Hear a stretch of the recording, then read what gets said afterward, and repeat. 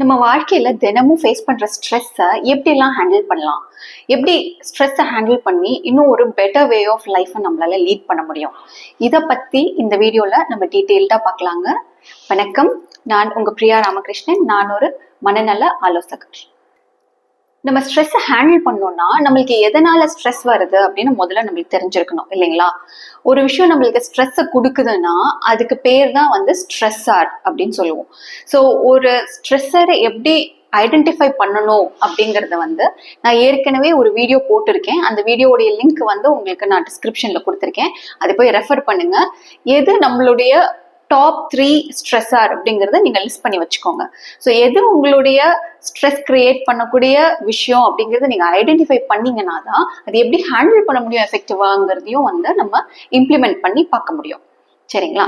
சரி, வாங்க வீடியோக்குள்ள டீட்டெயில்டா போகலாம்.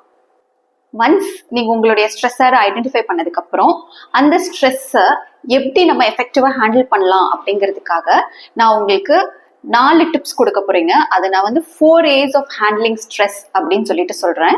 ஸோ அது என்னங்கிறத நம்ம ஒண்ணா பார்க்கலாங்க. ஸோ இதுல ஃபர்ஸ்ட் ஏ என்னன்னு பாத்தீங்கன்னா அவாய்ட், தவிர்க்கணும். ஆமாங்க, ஒரு விஷயம் நம்மளுக்கு ஸ்ட்ரெஸ் கொடுக்குது அப்படின்னு இருந்ததுன்னா இந்த ஸ்ட்ரெஸ் கொடுக்கக்கூடிய விஷயத்த நம்ம முடிஞ்ச அளவுக்கு தவிர்க்கணும். இதுக்கு ஒரு எக்ஸாம்பிள் கொடுக்கணும்னா, நீங்க டெய்லி ஆஃபீஸ்ல லேட் ஹார்ஸ் ஒர்க் பண்றீங்கன்னு வச்சுக்கோங்களேன். உங்களுக்கு 9 to 6 தான் உங்களுடைய ஒர்க் டைமிங்.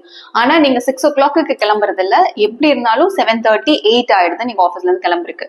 அப்ப இந்த டிராபிக்ல நீங்க வீட்டுக்கு போய் ரீச் ஆகுறதுக்குள்ளேயே 8:30, 9 ஆயிடுதுன்னு வச்சுக்கோங்களேன் மினிமம். ஸோ டெய்லி வீட்டுக்கு போனா என்ன ஆகும்? ஆப்வியஸ்லி ஒய்ஃபோட சண்டை தான் வரும் இல்லைங்களா. குழந்தைங்களோட டைம் ஸ்பெண்ட் பண்ண முடியாம போகும். ஸோ குழந்தைங்களோட இருக்கிற பாண்டிங்கும் சுத்தமா இல்லாம போகும் இல்லைங்களா. ஸோ இப்போ இந்த லேட் ஒர்க்கிங் ஹவர் அப்படிங்கிறது ஒரு ஸ்ட்ரெஸ் ஆர். ஸோ அதை எப்படி நம்ம ஹேண்டில் பண்றது அப்படின்னும் போது நம்ம ஃபர்ஸ்ட் டிப் படி பார்த்தோம்னா அவாய்ட். ஸோ அவாய்டுனா என்ன பண்ணணும்? எஸ், லேட்டா ஒர்க் பண்றதை நம்ம அவாய்ட் பண்ணணும். முடிஞ்ச வரைக்கும் நம்மளுடைய ஆஃபீஸ் ஹவர்ல இருக்கிற அந்த timing 8 hours of work time அப்படின்னு இருக்குன்னா அந்த டைமை எஃபெக்டிவா மேனேஜ் பண்ணி எப்படி நம்ம 6 o'clock ஒர்க்கை ஃபினிஷ் பண்ண முடியும் அப்படிங்கறத நம்ம ப்ரையாரிட்டைஸ் பண்ணி பண்ணணும். ஆனா எடுத்த உடனே திடீர்னு இவ்வளவு நாள் 8 o'clock போயிட்டு இருந்தவர் 6 o'clock ஆஃபீஸ்ல இருந்து கிளம்பிட முடியாது இல்லைங்களா. கோவொர்க்கர்ஸும் மேனேஜர்ஸும் நம்மள வேற மாதிரி பார்ப்பாங்க. ஸோ 8 o'clockல இருந்து நம்ம என்ன பண்ணணும், கொஞ்சம் கொஞ்சமா ப்ராக்ரஸ் பண்ணலாம். ஸோ 8ல இருந்து 7:30 அப்படிங்கிற மாதிரி ஒரு டைம் ஃபிக்ஸ் பண்ணி ஒரு 2 நாள் 3 நாள் 7:30க்கு கிளம்புங்க. அதுக்கப்புறம் 7 o'clock ஒரு 2-3 days கிளம்புங்க. அதுக்கப்புறம் அது 6:30 ஆக்குங்க. இது மாதிரி கொஞ்சம் கொஞ்சமா நீங்க என்ன பண்ணணும்னா லேட் ஒர்க்கிங் ஹவர்ஸை அவாய்ட் பண்ணணும். அப்படி பண்ணும்போது நீங்க வீட்டுக்கு அஃப்கோர்ஸ் ஆன் டைம் போய் ரீச் ஆகலாம். உங்க ஃபேமிலியோட குவாலிட்டி டைம் ஸ்பெண்ட் பண்ணலாம். வைஃபோடையும் எந்த ஒரு சண்டையும் வராது இல்லைங்களா. ஸோ இதுதான் நம்மளுடைய ஃபர்ஸ்ட் அவாய்ட். ஓகே, நம்மளுடைய செகண்ட் ஏ என்னன்னு பார்த்தோம்னா ஆல்டர். சரிங்களா. ஸோ அவாய்ட் பண்ண ட்ரை பண்றோம், ஆனா நம்மளால அவாய்ட் பண்ண முடியல. சே ஃபார் எக்ஸாம்பிள், உங்களுக்கு நீங்க தான் உங்களுடைய டீம் லீடர்னு வச்சுக்கோங்க. ஸோ உங்களுக்கு நிறைய ரெஸ்பான்சிபிலிட்டிஸ் இருக்கு. உங்க டீம் மெம்பர்ஸோடைய ஒர்க் எல்லாம் ரிவ்யூ பண்ணி முடிச்சுட்டு அப்படிதான் நீங்க கிளம்ப முடியும். ஏன்னா நெக்ஸ்ட் டே மார்னிங் உங்க மேனேஜர் 9 o'clock வந்தோடனே உங்களுடைய ரிப்போர்ட் என்னன்றதை பார்ப்பாங்க. இப்படி ஏதாவது கமிட்மெண்ட்ஸ் இருக்கு அப்படின்னா அஃப்கோர்ஸ் உங்களால அவாய்ட் பண்ண முடியாது இல்லைங்களா. அந்த சிச்சுவேஷன்ல அதை எப்படி ஆல்டர் பண்ணலாம் அப்படிங்கறத யோசிக்கணும் நம்ம. உங்க டீம் மெம்பர்ஸ் அவங்களோட ஒர்க் ஃபினிஷ் பண்றதுக்கே 7-7:30 ஆக்குறாங்கன்னு வச்சுக்கோங்களேன். ஸோ நீங்க அவங்களுக்காக வெயிட் பண்ணி இருந்து வீட்டுக்கு லேட்டா போய் ஸ்ட்ரெஸ் ஆக வேண்டிய அவசியம் இருக்காது. அதுக்கு பதிலாக இது எப்படி ஆல்டர் பண்ணலாம் அப்படின்னா, நெக்ஸ்ட் டே நீங்க ஒரு 1 hour ஏர்லியா போகலாம் ஆஃபீஸ்க்கு. 9 o'clockங்கிறதுக்கு பதிலாக நீங்க ஒரு 8 o'clock போகலாம். ஸோ அப்படி போனீங்கன்னா உங்க மேனேஜர் வரதுக்கு முன்னாடியே உங்களால அந்த ரிப்போர்ட் பண்ணி சப்மிட் பண்ண முடியும். இது எனக்கு தெரிஞ்ச ஒரு சின்ன எக்ஸாம்பிள் நான் சொல்றேன். ஸோ நீங்க இந்த மாதிரி உங்களுக்கு ஸ்ட்ரெஸ் கொடுக்கக்கூடிய விஷயத்துல என்ன ஆல்டரேஷன் பண்ணலாம் அப்படிங்கறத பத்தி யோசிச்சீங்கன்னா கண்டிப்பா அதுக்கு ஒரு வழி தெரியும். நம்மளுக்கு வரக்கூடிய ஸ்ட்ரெஸ்ஸை நம்மளால அவாய்ட் பண்ண முடியல, இல்ல ஆல்டர் பண்ண முடியல, அதுக்கு எந்த வழியும் இல்லை அப்படின்னு வச்சுக்கோங்களேன். அப்ப என்ன பண்ணணும்னா நம்ம 3வது ஏக்கு போகணும், விச் இஸ் அக்செப்ட். நம்ம வாழ்க்கையில நம்மளுக்கு ஸ்ட்ரெஸ் கொடுக்கக்கூடிய பாதி விஷயங்களுக்கு மேல நீங்க பாத்தீங்கன்னா அவாய்ட் பண்ணக்கூடியதாவோ ஆல்டர் பண்ணக்கூடியதாவோ இருக்கிறது இல்ல. ஸோ அப்படி இருக்கும்போது நம்ம என்ன பண்ணணும்னா நம்ம அதை அக்செப்ட் பண்ணி அதை கோப் அப் பண்றதுக்கு என்ன பண்ணணும் அப்படிங்கிற ஸ்கில்ஸை நம்ம தெரிஞ்சு வச்சுக்கணும். ஸோ அதுதான் நம்மளுடைய 3rd step. So accept and try to cope up. So accept பண்ணதுக்கு அப்புறம் நம்மளுடைய 4th ஏக்கு போயிடும், விச் இஸ் அடாப்ட். ஆமாங்க. ஸோ நம்ம கோப் அப் ஸ்கில்ஸ் என்ன ஏதுன்றதை தெரிஞ்சு வச்சுக்கிட்டு அந்த ஸ்ட்ரெஸ்ஸுக்கு நம்மளையே கோப் அப் பண்ணி அந்த சுச்சுவேஷனை அடாப்ட் பண்ணி வாழ கத்துக்கணும். ஸோ அதுதான் நம்மள நிறைய பேருக்கு தெரியாம தினம் தினம் கஷ்டப்பட்டுக்கிட்டு இருக்கோம். ஸோ அப்படி அடாப்ட் பண்றதுக்கான ட்ரிக்ஸ் என்னென்ன அப்படின்றத நான் இப்போ உங்களுக்கு ஒன்னொன்னா சொல்றேன். ஸோ முதல் கோப் அப் டெக்னிக் என்ன அப்படின்னா, ஸோ நம்ம ஏற்கனவே சொன்ன எக்ஸாம்பிள்ல நீங்க லேட்டா வரீங்க, வைஃப் உங்ககிட்ட சண்டை போடுறாங்கன்னு வச்சுக்கோங்க, இல்ல குழந்தைங்க ஏதாவது ஒரு சின்ன தப்பு பண்ணிடுறாங்க, நீங்க அவங்கள பிடிச்சி கத்துறீங்க, அதுக்கு அவங்க அழ ஆரம்பிச்சிடுறாங்க. ஸோ வீடுடைய சுச்சுவேஷன் எப்படி இருக்கும்னு பாருங்களேன். எல்லாருமே பயங்கர அப்செட்டிங்கா இருப்பீங்க இல்லையா? ஸோ அதோட நீங்க போய் ஒரு மூலையில உட்காந்துட்டு எப்ப பாரு வீட்டுல இப்படியேதான் ஸ்ட்ரெஸ்ஸா இருக்கு, வீட்டுக்கு வந்தாலே ஏண்டா வந்தோன்னு இருக்கு, இப்படியே தாட்ஸ் வச்சு யோசிச்சுக்கிட்டு உட்காந்து இருந்தீங்கன்னா அதை உங்களால கோப் அப் பண்ணி வெளியில வர முடியாது. ஸோ இது எப்படி பண்ணணும் அப்படின்னா, இந்த ஒரு பர்டிகுலர் டைம்ல உங்களுக்கு இருக்கிற எமோஷன் என்னன்றது பார்த்தோம்னா ஆங்கர். ஸோ ஆங்கர் அப்படிங்கிற ஒரு ஸ்ட்ரெஸ்ஸர் இருக்கும்போது நம்ம பாடியில ஆட்ரினலின் அண்ட் கார்டிசால் ஹார்மோன்ஸ் வந்து நிறைய சுரந்திருக்கும். ஸோ அந்த ஆட்ரினலின் அண்ட் கார்டிசால் ஹார்மோன்ஸை நம்ம யூஸ் அப் பண்ணிட்டோம்னா ஆட்டோமேட்டிக்கா நம்மளுடைய ஆங்கர் அண்டர் கண்ட்ரோல் வந்துடும். அப்புறம் நம்மளால அந்த சுச்சுவேஷனை ஹேண்டில் பண்ண முடியும் இல்லைங்களா? நம்ம கண்ட்ரோல்ல இருந்தாதான் நம்ம சுத்தி இருக்கிற சுச்சுவேஷனை நம்மளால கண்ட்ரோல் எடுக்க முடியும். ஸோ அதுக்கு என்ன பண்ணலாம், குவிக்கா ஏதாவது சின்ன சின்ன ஆக்டிவிட்டிஸ் பண்ணலாம். ஃபார் எக்ஸாம்பிள், நீங்க உட்காந்து இருக்கும்போது உங்களை சுத்தி ஹால்ல வந்து ஒரே மெஸ்ஸியா இருக்கா, அது நீங்களே ஒரு 5 minutes 10 minutesல குவிக்கா கிளியர் அப் பண்ண பார்க்கலாம்.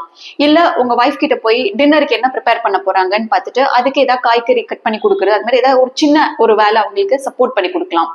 அதுவுமே இல்லையா, நீங்க அடுத்த நாள் காலையில ஆஃபீஸ்க்கு போட்டுட்டு போற ட்ரெஸ் என்ன எடுக்கணுமோ அதெல்லாம் எடுத்து வச்சு அயன் பண்ணி ரெடி பண்ணி வைக்கலாம். இது மாதிரி ஏதாச்சும் ஒரு குட்டி குட்டி ஆக்டிவிட்டிஸ் நீங்க வந்து பண்ணீங்கன்னா ஸோ உங்க பாடியில சுரந்த ஹார்மோன்ஸ் யூஸ் அப் ஆயிடும், உங்களுடைய ஆங்கர் லெவலும் அண்டர் கண்ட்ரோல் வந்துடும்.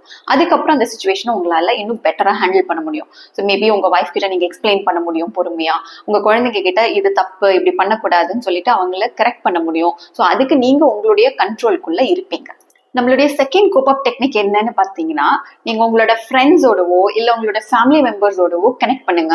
ஒரு குவிக் 2 minutes கால் உங்க பேரண்ட்ஸ்க்கோ இல்ல உங்க சிஸ்டரோ பிரதருக்கோ இல்ல ஃப்ரெண்டுக்கோ கால் பண்ணி எப்படி இருக்கீங்க, என்ன பண்ணிட்டு இருக்கீங்க, ஆஃபீஸ்ல இருந்து வீட்டுக்கு வந்துட்டீங்களா இல்ல சாப்பிட்டீங்களா அப்படின்னு ஒரு 2 வார்த்தை பேசும்போது ஆப்வியஸ்லி அந்த ஸ்ட்ரெஸ் வந்து நீங்க கண்ட்ரோல்குள்ள கொண்டு வந்துருவீங்க. அந்த கோவம் பழையபடி இருக்காது, அது குறைஞ்சிருந்திருக்கும் இல்லைங்களா? ஸோ இது வந்து செகண்ட் கோப் அப் டெக்னிக். மூணாவது கோப் அப் டெக்னிக் என்ன அப்படின்னு பாத்தீங்கன்னா, நீங்க உங்களுடைய ஃபன் ஆர் ரிலாக்ஸேஷன் அப்படின்றதுக்காக ஒரு டைம் வந்து நீங்க அலோகேட் பண்ணணும். ஏன்னா நம்ம லைஃப்ல சிச்சுவேஷன் எப்பயுமே ஸ்ட்ரெஸ்ஃபுல்லாவே தான் போய்கிட்டு இருக்கு, நம்மளுக்கு தெரியுது. ஸோ அப்படியே நம்மளால ஓடிக்கிட்டே இருக்க முடியாது இல்லைங்களா? ஸோ நம்மளுக்கும் நம்மளுடைய ஃபன் அண்ட் ரிலாக்ஸேஷனுக்கு டைம் தேவைப்படுது. ஸோ டெய்லி ஒரு 5 minutes or 10 minutes அப்படின்னு நீங்க ஒதுக்கி பண்ணலாம். அப்படி முடியலையா அட்லீஸ்ட் வீக்லி ஒன்ஸ் அப்பயாச்சும் உங்களுக்கான ஃபன் அண்ட் ரிலாக்ஸேஷனுக்கு நீங்க டைம் ஸ்பெண்ட் பண்ண ட்ரை பண்ணுங்க. இது எப்படியெல்லாம் பண்ணலாம் அப்படின்னு பார்த்தா, உங்களுக்குன்னு நீங்க வந்து ஒரு ஹாபியை ஐடென்டிஃபை பண்ணலாம். உங்களுக்கு ரொம்ப பிடிச்ச விஷயமா இருக்கும். மேபி அது கார்டனிங்கா இருக்கலாம், இல்ல ஏதாவது ஒரு ரேண்டம் பெயிண்டிங்கா இருக்கலாம், இல்ல கிரிக்கெட் விளையாட உங்களுக்கு ரொம்ப பிடிச்சிருக்கலாம், இல்ல உங்க குழந்தைங்களோட சேர்ந்து அந்த லூடோ செஸ் இந்த மாதிரி போர்ட் கேம்ஸ் விளையாட பிடிக்கலாம். ஸோ அது மாதிரி உங்களுக்கு என்ன பிடிச்சிருக்கு அப்படிங்கிறத நீங்க வந்து ஐடென்டிஃபை பண்ணி அதுக்கு டெய்லி அட்லீஸ்ட் ஒரு 5 minutes or 10 minutes ஸ்பெண்ட் பண்றதுக்கு ட்ரை பண்ணுங்க. ஸோ இப்படி ரொம்ப ஸ்ட்ரெஸ்ஃபுல்லா ஃபீல் பண்ணும்போது நீங்க அந்த ஆக்டிவிட்டி பண்ண ஆரம்பிச்சீங்கன்னா ஆட்டோமேட்டிக்கா ஸ்ட்ரெஸ் கண்ட்ரோல்ல வரும். அடுத்ததா உங்களுடைய பாடி அண்ட் உங்களுடைய மைண்ட் உடைய ரிலாக்ஸேஷனுக்கு நீங்க வந்து மெடிடேஷன் பண்ணலாம். ஸோ எதர் காலையில இல்லைன்னா நைட் தூங்குறதுக்கு முன்னாடி ஒரு 10 minutes ஒரு மெடிடேஷன் நீங்க வந்து பண்ணீங்கன்னா உங்களுடைய மைண்ட் ரிலாக்ஸேஷனுக்கு அது நிஜமாலுமே ரொம்ப ரொம்ப ஹெல்ப்ஃபுல்லா இருக்குங்க. நீங்க 30 minutes உட்கார்ந்தாதான் மெடிடேஷன்லாம் கிடையவே கிடையாது, ஜஸ்ட் ஒரு 10 minutes பண்ணாலே போதும். அதே மாதிரி உங்க பாடியை ரிலாக்ஸ் பண்றதுக்கு நிறைய ரிலாக்ஸேஷன் டெக்னிக்ஸ் கைடட் வாய்ஸஸோடவே வந்து உங்களுக்கு யூடியூப்ல நிறைய இருக்கு. ஸோ நீங்க அதுல ஏதாவது ஒரு கைடட் வாய்ஸஸை வந்து ஃபாலோ பண்ணி நீங்க அந்த ரிலாக்ஸேஷன் டெக்னிக்கை பண்ணலாம். அது ஒரு ஹார்ட்லி 5 minutes to 10 minutes எடுக்கக்கூடிய விஷயம் தான். ஸோ நீங்க தொடர்ந்து ஒரு 4-5 தடவை அந்த கைடன்ஸோட சேர்ந்து பண்ணீங்கன்னா எப்படி பண்ணணும்னு உங்களுக்கே தெரிஞ்சிடும். அதுக்கப்புறம் நீங்க உட்கார்ந்த இடத்துல கண்ணை மூடிட்டு ஜஸ்ட் ஒரு 1 minute or 2 minutes டைம்லயே உங்களோட ஃபுல் பாடி அண்ட் மைண்டை உங்களால ரிலாக்ஸ் பண்ண முடியும். இந்த ரிலாக்ஸேஷன் டெக்னிக் உங்களுக்கு உங்களோட ஒர்க் ஸ்பேஸ்லயோ இல்ல உங்க வீட்லயோ இல்ல ஈவன் ஒரு காமன் பப்ளிக் பிளேஸ்லயோ எந்த இடத்துல நீங்க ரொம்ப ஸ்ட்ரெஸ்ஃபுல்லா நீங்க ஃபீல் பண்றீங்களோ அந்த இடத்துல எல்லாம் குவிக்கா வித் 1 or 2 minutes உங்க பாடி அண்ட் மைண்டை நீங்க ரிலாக்ஸ் பண்றதுக்கு கண்டிப்பா ஹெல்ப்ஃபுல்லா இருக்குங்க. ஸோ 4வது கோப் அப் டெக்னிக் என்ன அப்படின்னு பாத்தீங்கன்னா, நம்ம ரெகுலர் பேசிஸ்ல ஷார்ட் பிரேக்ஸ், அதாவது ஜஸ்ட் ஒரு 2 minutes or 3 minutesங்கிற மாதிரி ஷார்ட் பிரேக்ஸ் எடுத்து நம்ம மைண்டுக்கு ரெஸ்ட் கொடுக்கணுங்க. ஆமா, அது ரொம்ப ரொம்ப முக்கியமா போயிடுச்சு. பிகாஸ் நம்ம ஃபுல்லா ஸ்ட்ரெஸ்ஃபுல் சுச்சுவேஷன்ஸ்ல ஓடிக்கிட்டே இருப்போம் காலைல இருந்து நைட் வரைக்கும். ஸோ நைட் அந்த தூங்குற டைமை தவிர நம்ம பிரெயினுக்கு வேற ரெஸ்டே கிடையாது இல்லைங்களா? ஸோ எவ்ரி 30 minutes ஒரு 2 to 3 minutes ரெஸ்ட்ங்கிறது அவசியம். ஸோ ரெஸ்ட்னு சொன்னோடனே ஓகே பிரேக் டைம் ஆயிடுச்சு அப்படின்னு சொல்லிட்டு போனை எடுத்து போன்ல யூடியூப் ஸ்க்ரால் பண்ணிக்கிட்டு இருக்கீங்க அப்படின்னா அதுக்கு பேர் ரெஸ்ட் கிடையாதுங்க.